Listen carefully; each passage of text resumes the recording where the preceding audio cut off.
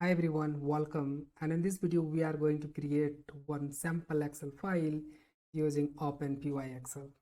The first thing what we need to do is import workbook from Openpyxl.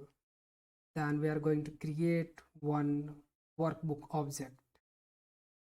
After that, we are going to activate one sheet over here.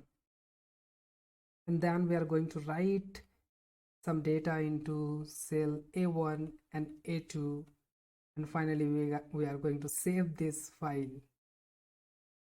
It's pretty simple, nothing much. Let me run this code. I'm going to use the command prompt for that. Enter. Our program has been completed. Let me validate. Over here you can see I have this sample out file over here. Let me open and the data. You can see in cell A1 and A2 we have those data which we provided. Thanks for watching.